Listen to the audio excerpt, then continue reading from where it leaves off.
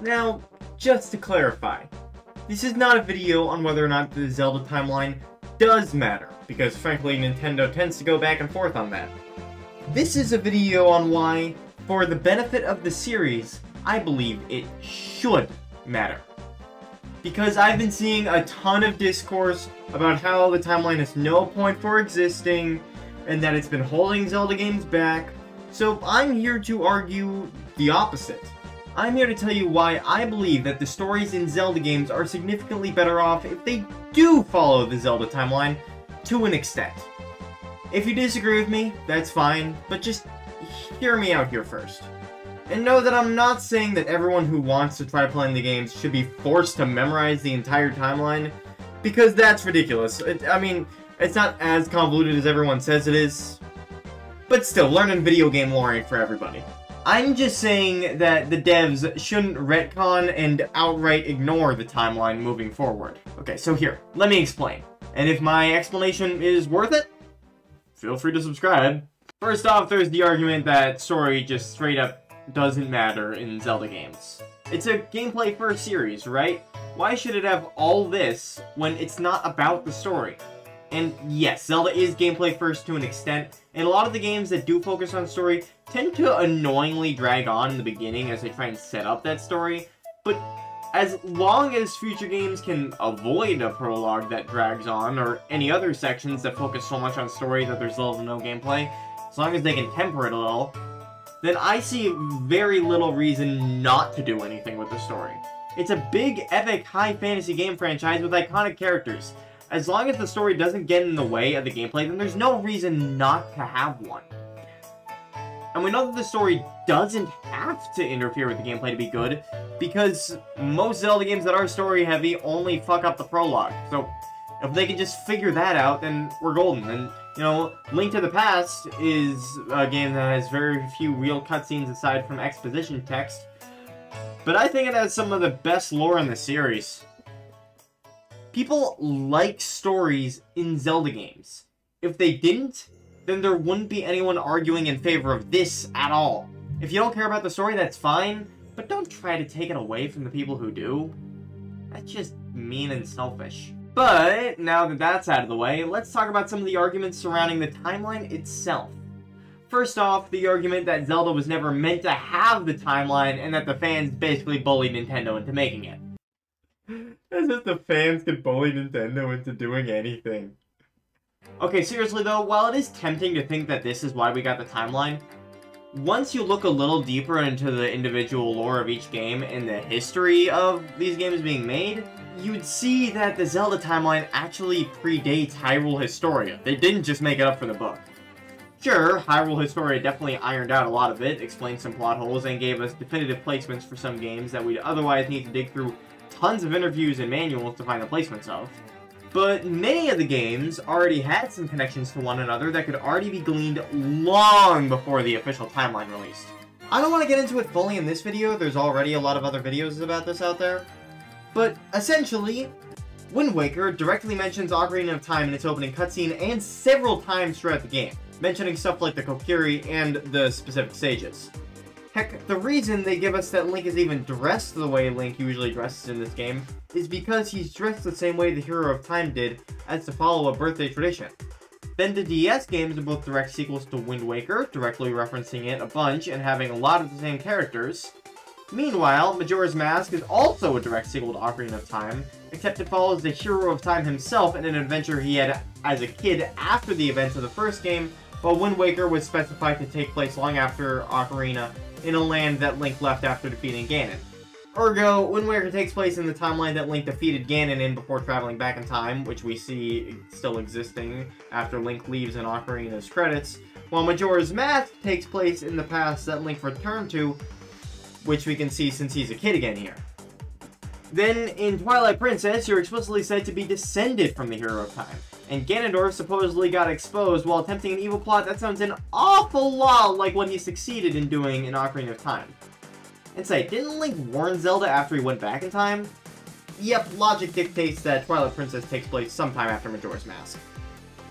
Then there's Skyward Sword, which was made with the intention of being a prequel to the entire series that explains everything, and it advertises itself as such, hence Demise's Curse, and the origins of Zelda, and the Master Sword, and all the other stuff. So, just by looking at the lore each game presents individually, they actually connect to each other pretty well, official timeline or not. Sure, they're not always super blatant about it, but Nintendo still wants these games to stand up well on their own. They connect to each other, but they don't rely on each other. And that's just if you're only looking at the lore presented in-game. Most of the games in the Downfall timeline come from back when a lot of the story was told in external sources, but if you're willing to root around in some of the manuals and interviews, then the whole Downfall timeline links up pretty well too.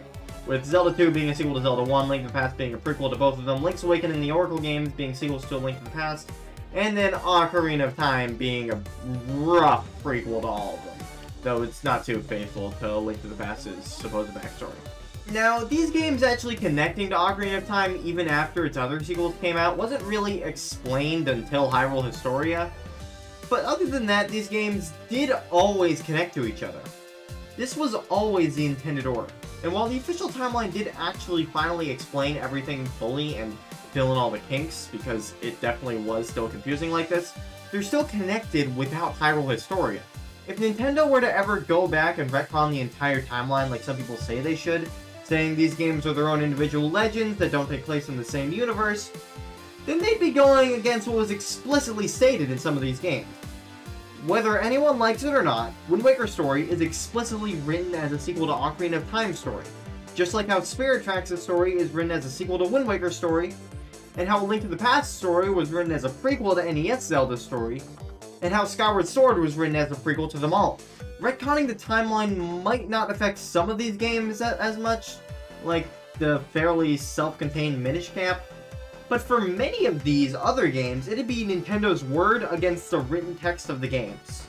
And frankly, I'd rather believe the word of the games themselves than the word of some executive at Nintendo.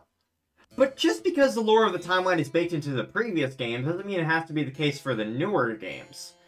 And probably the best argument I've seen for why Nintendo should do away with the Zelda timeline is because trying to maintain the timeline gets in their way creatively when they try to write new stories. And that argument is why I made this video, because it makes a lot of sense on paper. If I wasn't an enthusiast of sci-fi fantasy writing, I'd believe it. But since I am a writing enthusiast, and after taking a good look at the newer Zelda games that don't have connections to one another compared to the older Zelda games that do, I've come to the conclusion that the opposite is true. Following the Zelda timeline doesn't restrict the story creatively. Ignoring it does. Let me explain, and bear with me, because it is a bit complicated, but, you know, writing is complicated, so...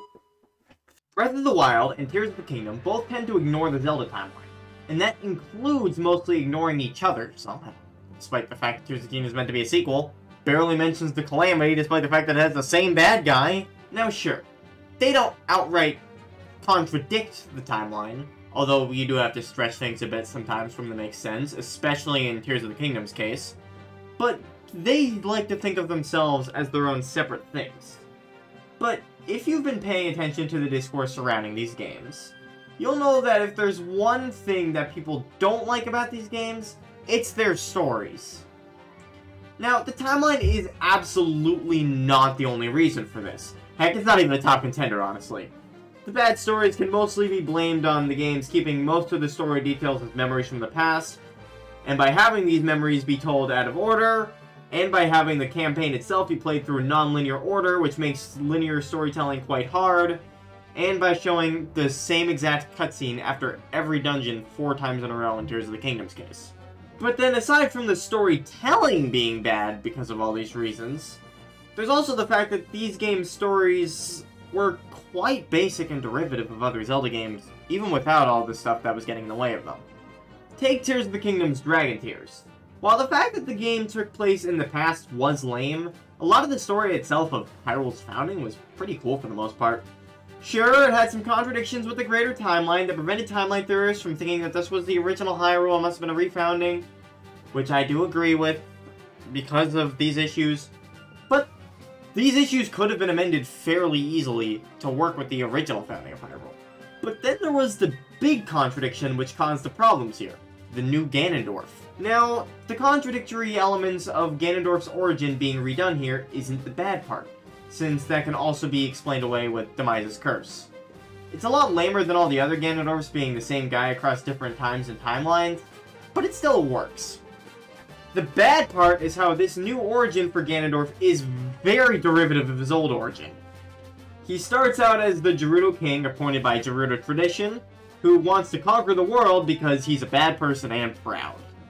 He goes about this by fake swearing his allegiance to the King of Hyrule. Then he uses this newfound position of trust to steal an extremely powerful artifact, and it's all downhill from there for the rest of the kingdom. This is the first half of the Ganondorf plot in both Ocarina of Time and Tears of the Kingdom's past. And they also both end in Ganondorf getting sealed away. Despite supposedly having more creative freedom due to being untethered to the rest of the series by the timeline, Tears of the Kingdom is actually one of the least creative Zelda games out there in terms of story. And then take Breath of the Wild, where while the story isn't really derivative of any game in particular like Tears' story, it is still just a pretty basic destroy Ganon plot. Now then, compare this to the games that shared a Ganon, aka most of them. Sure, these Ganons and Ganondorfs are all the same character, but they're way more unique from one another than the one in Breath of the Wild and Tears of the Kingdom. The way they're introduced, the place that they came from, their evil plan, heck, sometimes even their motivations change from game to game here. Building off of the old games in order to skip Ganon's introduction lets him do so much more unique stuff with him. While with the new Ganon in Tears, I mean, sure, games like Four Swords Adventures prove that they can make a new Ganon without being derivative, but Tears does not give it a good look. While if they kept in mind his past appearances, then they'd have a myriad of options to choose from for how to bring him back again. Heck, even the reincarnation thing would be cooler if they acknowledged the past reincarnation of Ganon. Sure, each individual game talking about the return of an ancient evil from an ancient time over and over again would also get pretty derivative, but it's a simple enough premise so that its derivativeness would probably be less returning than them repeating Ganondorf's entire origin story over and over again. But here's my point. Whether it's connected to the timeline or not, a story in a Zelda game still needs to be a Zelda story. It needs to utilize the world of Zelda as much as possible and take into the accounts of the Zelda universe. Without the lore elements of the Zelda IP, it could literally just be a game made by some other studio that was made to be a lot like Zelda games. Take Minish Cap, for example. Sure, it's a prequel to Four Swords, and it has a place in the Zelda timeline that does date back to before Hyrule Historia if you look at some interviews, but it's still very disconnected to the series overall. The main parts of its lore that it centers around is a species of miniature people that only appear in this game, along with a MacGuffin that's completely unique to this game, and both a villain and a legendary sword that only appear here and in the Four Swords spin-offs. So, frankly, if it weren't for those spin-offs, Minish Cap could totally just be rebranded as some new IP set in Schmyrule instead of Hyrule, and it would work perfectly fine that way. Except Minish Cap is still, from a gameplay perspective, very much a Zelda game, while the new open-air Zelda games deviate greatly from the old formula, and have plenty of people arguing that they shouldn't even be considered Zelda games because they're so different. If they were to deviate like that with the story as well, then they would basically just be leaving behind everything that makes these games part of the Zelda series entirely, aside from the Zelda branding and the name of the kingdom, assuming it even still takes place in Hyrule. So, whether they're connected to the timeline or not, these games still have to make their stories conform to the Zelda series. One good way to do that is for them to build off previous Zelda stories, like most Zelda games of old have done. Spirit Tracks is, its own self-contained thing. It has its own bad guy. It has basically its own kingdom, its own lore. But it also follows off of Wind Waker and Phantom Hourglass. You're descended from the Link and Zelda/Tetra from those games. But since these new games ignore the timeline, the only way to make these games conform to the Zelda series is to just have them do what old Zelda games have done again. That's how you make your story work as a core part of a long-running franchise. You either make them build off the previous stories, or you just copy them. And between having to build off of previous stories and having to copy them, I'd say the first one is less limiting from a creative standpoint. Of course, normally your creativity would be limited when the next game in line for you to build off of has a massive setting change to the world as a whole that you have to conform to here. But Zelda has a built-in workaround for this with the timeline split. Wind Waker flooded the entirety of Hyrule, yet Twilight Princess was still able to take place on dry land while still being in the original kingdom, thanks to taking place in a different timeline. And if that doesn't work well enough for you, then just set the game earlier in the timeline, like with Skyward Sword. These games may hold up on their own, but they thrive off of being connected to one another. And Tears of the Kingdom is a prime example of a game that tries to conform to the Zelda series without actually connecting to the Zelda series. And Ganondorf is only one example of Tears of the Kingdom being repetitive because it doesn't want to make connections. Another great example is the Zonai technology. Very similar to the Sheikah technology, no one knows what happened to the Sheikah technology.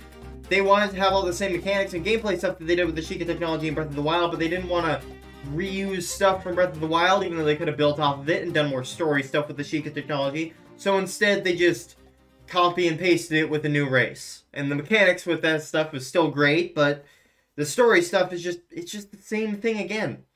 It's just the same thing again. It's super repetitive. Though, of course, there's still the option of just pulling a minute cap and making these games just have more self-contained lore entirely. It'd be more presentable as a Zelda game now that the series is more accustomed to this new open-air style, and if that's not enough, then there's always plenty of people who miss the old style, so they could just go back to that. But here's the thing.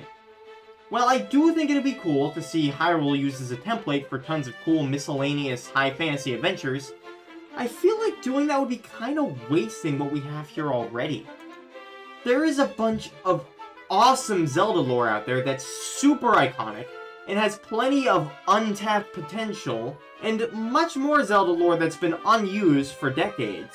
Ignoring all that lore that can be only used in the Zelda universe, in favor of creating new stuff that could be thought up by any random author, screenwriter, or indie game developer, would frankly be a huge waste.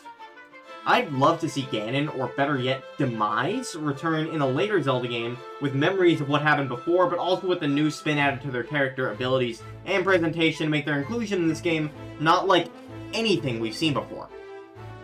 But I'd also love to see the return of some lesser Zelda villains, like Majora, or Vati, or even Malladus, even though I'm still only at the beginning of Spirit Tracks. Or the return of some other lore settings in the Zelda universe, like the Twilight Realm, Lorule, Termina, or those new kingdoms visited in the Oracle games.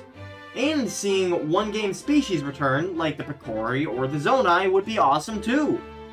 Even if we do get a Zelda game that mostly just does new lore and doesn't bring any of this stuff back, it should still have concrete connections to the rest of the Zelda universe and a setting that has fun relations to other Zelda games. That way the game can still be known as something that's truly and purely Zelda, like in Majora's Mask and Spirit Tracks. But this stuff would only work if it's a part of the Zelda timeline. None of it will make any sense if every single game moving forward is a soft or even a hard reboot. Sure, the stories of these games would still need to be able to stand on their own so that newer players wouldn't need extensive knowledge of Zelda lore before jumping in, but that doesn't mean they can't have connections to other games that help their stories grow and improve. And if a Zelda game does use these connections, then it'll make it a million times better story-wise.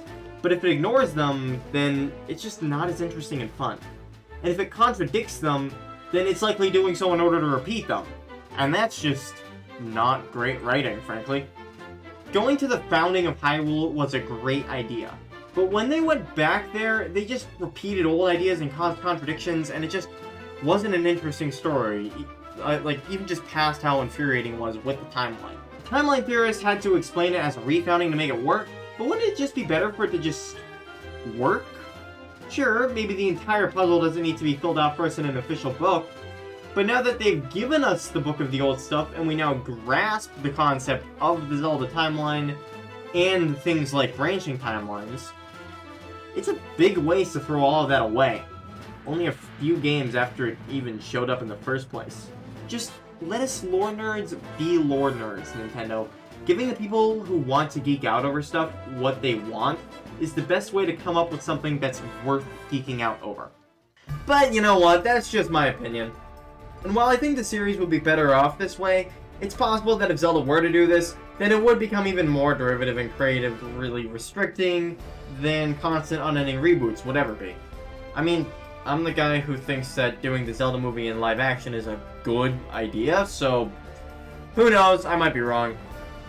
Tell me what y'all think. It's always possible that I'm just the worst writer of all time, and everything that comes out of my mouth is pure nonsense.